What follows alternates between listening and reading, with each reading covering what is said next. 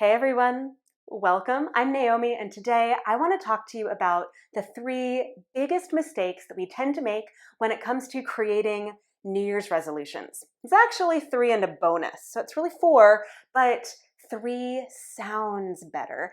So we're going with 3 and a bonus because I really want to give you all the information that you need to not just create better New Year's resolutions, because here's like the first tip. It's not always about New Year's, but we'll get to that in just a minute. I want to give you the best solutions to creating habits that last. So that's really what we're after. Not necessarily New Year's resolutions, but habits that last because we are making better choices. Okay, so let's dive in. So, Number one, and I kind of gave it away a little bit, just a little few seconds ago, but number one is that we tend to make the mistake of assuming that all of our resolutions, all of our goals, all of the big shifts that we want to create in our lives, that they have to start on January 1st. They have to. And if they don't, then it's not going to work. And the truth is that that's BS, right? That is not true. Okay, you can start a new habit anytime you want. You can set a goal and move toward it anytime you want. It does not have to be January 1st.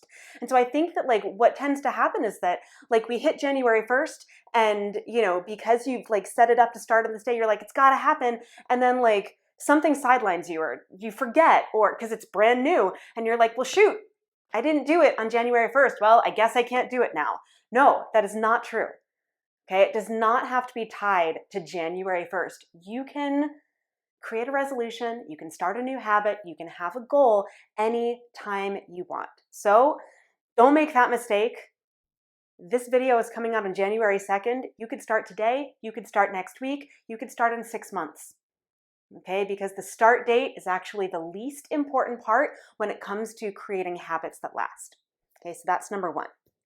Number two is that we tend to actually look at the wrong thing when it comes to creating a new habit or a resolution. Okay, so we tend to look at a big goal rather than how we want to feel. Now, the way that you can actually think of this is that it's tied into your identity. So a really good example is, I want to run a marathon. Well, cool. You want to run a marathon. That's a really big goal.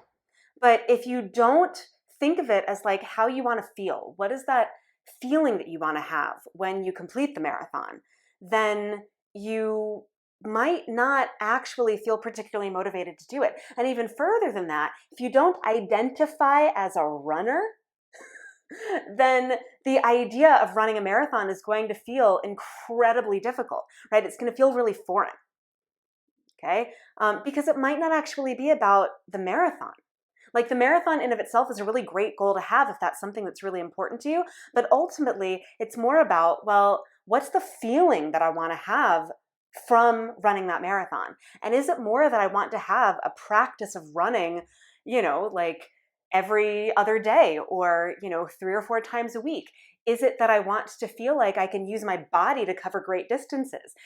Is it that I want to accomplish this big challenging feat with my body, over the course of my lifetime, within my life, right? So thinking about it less as the goal of the marathon and more as the feeling that you want to achieve is a lot more likely to get you closer to why you want to do it in the first place and is a greater motivation than just the goal itself, if that makes sense. So to recap, it's less about the goal, more about your feelings. So don't make the mistake of setting a goal that feels, really big and really unattainable. And instead, think about how you want to feel and the identity that you want to take on, the person that you want to become because of that goal.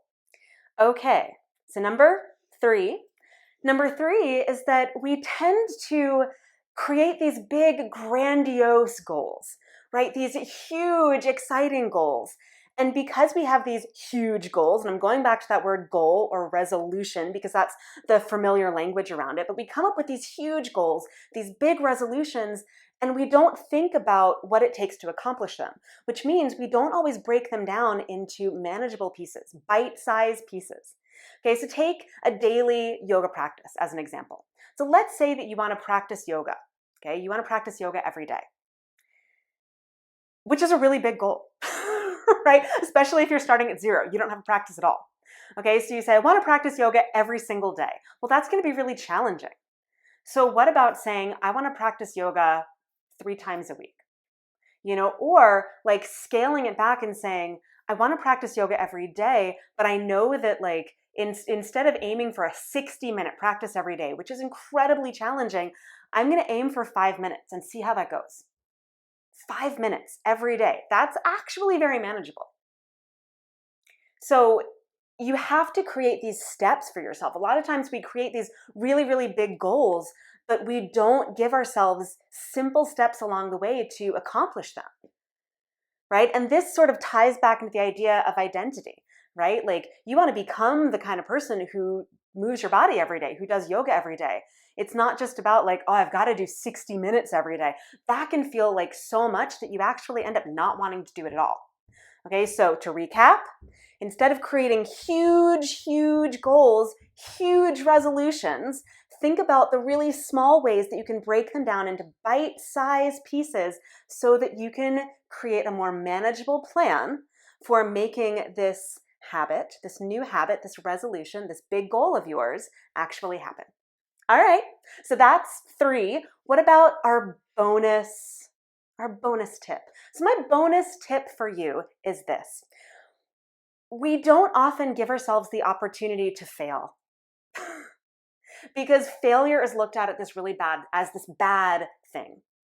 Okay, we look at failure as like, oh, I've screwed up. Well, I guess this habit wasn't for me.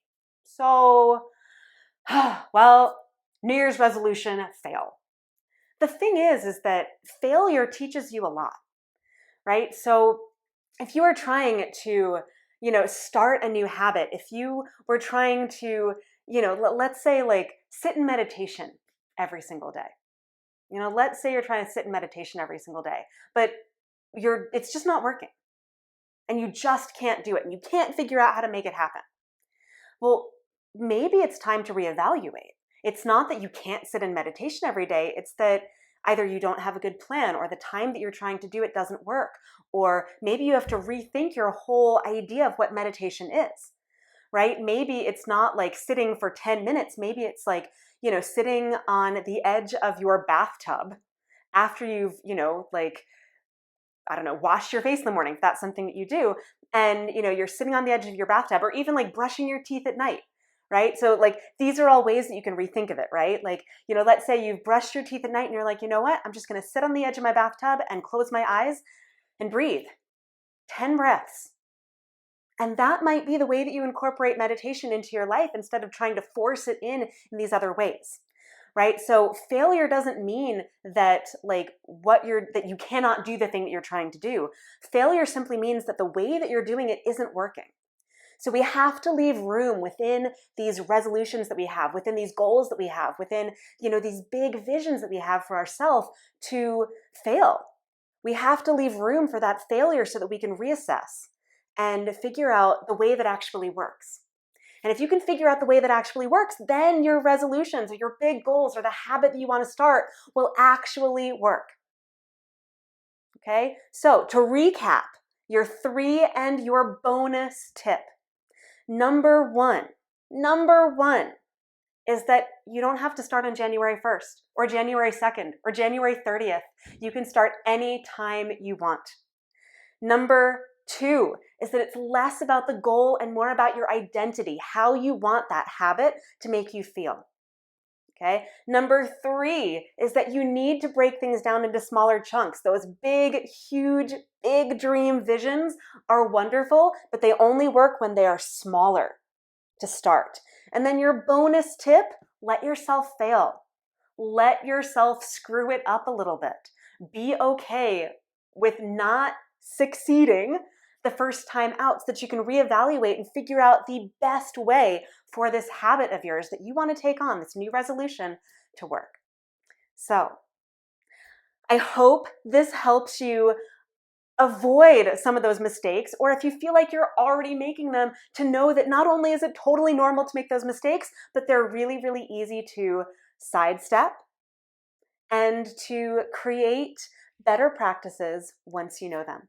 So Thanks for tuning in, and stick around because next week, if you are interested in starting that brand new at-home daily practice, I am sharing a simple 5-minute gentle morning flow to help you get moving in the morning in just 5 minutes. Really, really sweet, really, really easy. So don't miss it. I'll see you back here again next week.